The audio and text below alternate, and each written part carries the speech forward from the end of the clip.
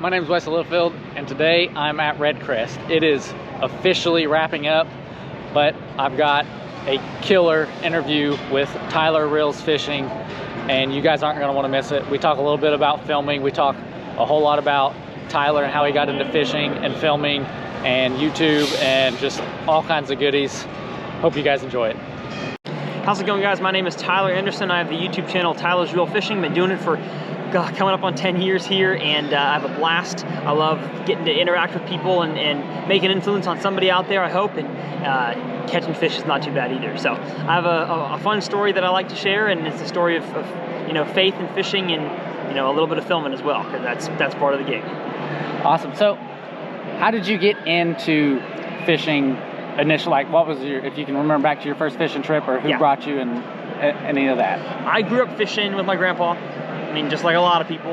And by the time I got to, third, fourth, fifth grade, my skills were quickly outpacing my grandpa's skills. And he, at that point, kind of started to get sick and wouldn't fish as much as he used to. So I don't really have that many memories of fishing with him. I've got a few, but it's not like guys who fish with their grandpa 2 times a week. It was just like he started my love for the sport, and then I kind of carried it off from there. And I don't really have any specific memories of like growing up wanting to be like a bass pro.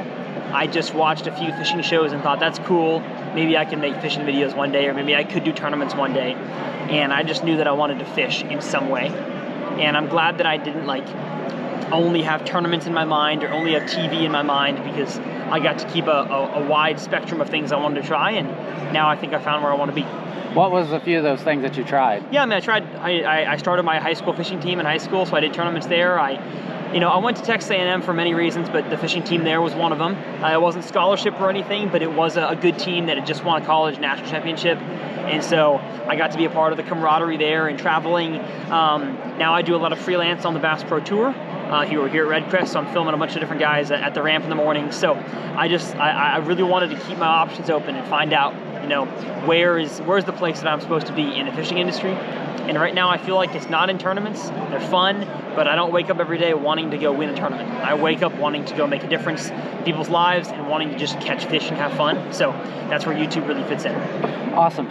Speaking of YouTube, how did you get your start into YouTube? Like, what gear did you use, and what first initially drew your interest into YouTube? Yeah, well, the thing that drew my interest was because it was the only video platform. Like, there wasn't really anywhere else to post. And the shows that I would watch on the Outdoor Channel, they were kind of boring. Like, no offense to Roland and Hank Parker and all them, but I just thought the shows didn't really reach the young audience. They weren't using the type of music I listened to. They weren't adding in fancy slow-mo whatever like I wanted, and so I'm not sure on this, but I'm pretty sure I was one of the first people ever to put like dubstep music with fishing and make it really exciting. I don't want to claim that because it's probably not true, but at least in my mind, nobody else was doing that, and had no idea you could even make money on YouTube. I didn't know that could be a career, but I just got a GoPro Hero 3, one of the earliest GoPros they made. It was good enough. As long as it wasn't windy, it got the shot and got the audio. And every 2 or 3 years I've upgraded camera gear, and the rig that I walk around with now is multiple thousands of dollars, but that's not what you need. You need a GoPro, really, of any kind, and a GoPro and a wired lavalier microphone with some stickies and a fuzzy, because you need a shot and you need clear audio, and that's all you need for a long time. There's Mr. Beast, the biggest YouTube channel out there. He operates on like $500 cameras.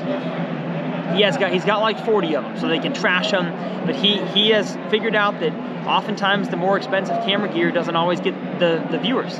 Oftentimes they want to see just a camera they can associate with and a shot they can associate with. And so you don't need an expensive camera to do YouTube, that's for sure. That's awesome. I personally started out with a GoPro. I think it was like the Hero, but it was the basic old one. Exactly. And started with that and upgraded a little bit. And often even, if you can't afford a GoPro, your cell phone. The cell phone, killer video with your cell phone. It is. It's hard to transfer a video from your phone to a computer to edit it. Yes. But if that's all you got, then a cell phone is good enough. And, speaking of that, I know, what's your editing process like? Because mine is, I literally edit everything on my phone, and it's not the best. Yeah. But I mean, I started using iMovie because my mom had a cheap MacBook Pro, so it came with iMovie, and it was good enough for a while.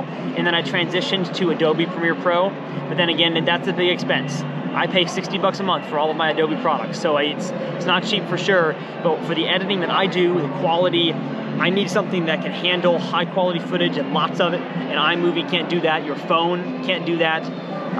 Give it 10 years and maybe your phone can. You know, iPads and laptops are getting better, but I prefer to edit on a big workstation at my house with a big monitor and speakers and everything, just because I want to get the full experience. That's awesome. All right, I'm going to change it up on you a little bit. Yeah. You're super outspoken about your faith, and I absolutely love that about you. Yep.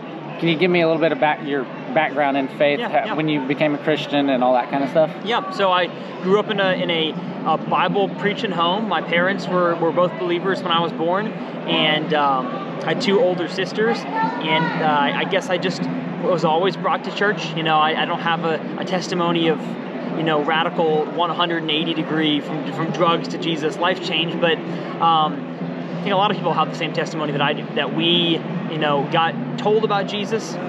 Maybe we, you know, I know that I accepted Christ at a young age when I was 4 or 5, but then in high school and middle school and high school, I kind of explored. It's like, if this Jesus guy really is who he says he is, you know, like I gotta pray to him and really see if he answers, you know, because I have doubts on my own, on myself.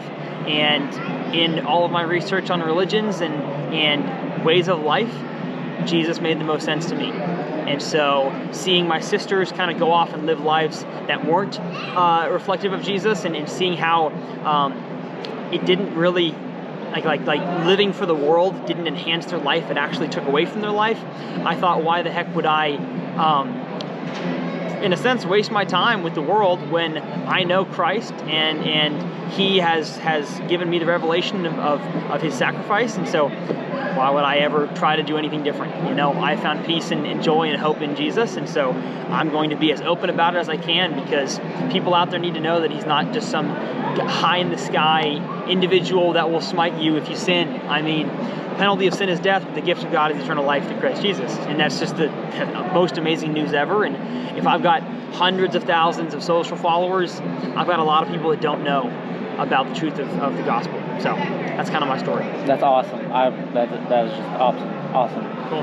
I got one last question for you. Yeah. Your favorite fishing technique and a tip on how to improve in that technique. Yeah, you know, I fish a lot of different bodies of water, and I'm not restricted by tournament lakes and tournament techniques, so I can try a lot of different stuff. And it's kind of cyclical, but I still think my favorite technique, in terms of like something that actually takes skill to learn, is flipping a jig, because it's not as simple as just putting it in the area. You gotta present it quietly. Sometimes it takes a different flip to get it around a dock. Sometimes it's underneath something.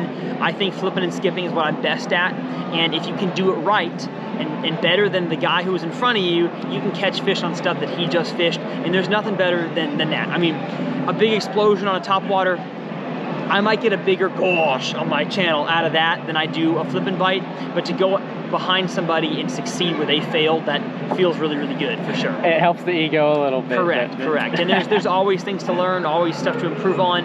Throwing a crankbait, not a whole lot to improve on. You cast it and you wind it back in, but having to be finessey and learning about the different trailers, there's a lot of stuff to do with flipping and skipping. So what's your one tip on how to improve and get better? You gotta practice for a long time. It's just like putting on the green in golf, or going to the batting cage in baseball. Like, if you wanna be a good flipper, you gotta go out there when it's warm, when it's cold, when the wind's blowing, when it's not blowing, because a lot of guys can skip docks when it's calm, but as soon as you got a little bit of ripple on the water or a wakeboard wave comes by, you gotta learn when to get that jig in between the waves that can still get under there, because time is of the essence in fishing. And so you just learn as much as you can, and that comes with practice. Awesome. Any final parting words? Subscribe to this guy. If this is a YouTube video, or if it's Facebook, it's a YouTube. So subscribe. And yeah, my channel's Tyler's Real Fishing. If y'all haven't checked it out, I teach people how to become better bass anglers. So if that's you, head on over. Awesome. Thank you so much, Tyler. Yeah. Once the round is over, the expo like clears. Which is weird, because they're coming here. I know. Like, that's what, I guess that's... There was still a decent amount of people, though, around the stage last night, which is good. But is that where they all went? Yeah, that's where they all went yesterday. Because I noticed the same thing, like, 4 or 5 o'clock I hit know. and I died. Dude, very odd.